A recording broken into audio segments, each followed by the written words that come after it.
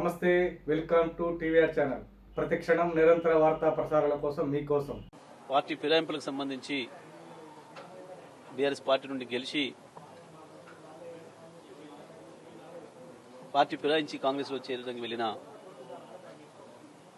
ప్రజాద్రోహులను వెంటనే విచారణ చేయాలని 4 వారాల్లోగా నిర్ణయం తీసుకోవాలని చెప్పి స్పీకర్ గారికి ఇచ్చిన ఆదేశాన్ని మేము స్వాగతిస్తా ఉన్నాం. తప్పకుండా న్యాయస్థానాలపైన విశ్వాసం ఉంది. రాజ్యాంగాన్ని పార్టీలు ప్రభుత్వాలు ఉల్లంఘించిన న్యాయస్థానాలు నిలబెడతాయి తప్పకుండా అన్న విశ్వాసం ప్రజల్లో పెరిగింది ఈ తీర్పు ద్వారా. ఎట్టి పరిస్థితులలో కూడా వాళ్ళు ఎవరైతే పార్టీ ఫిరాయించారో అవినీతితోని వాళ్ళ సభ్యత్వాలు రద్దవడం ఖాయం,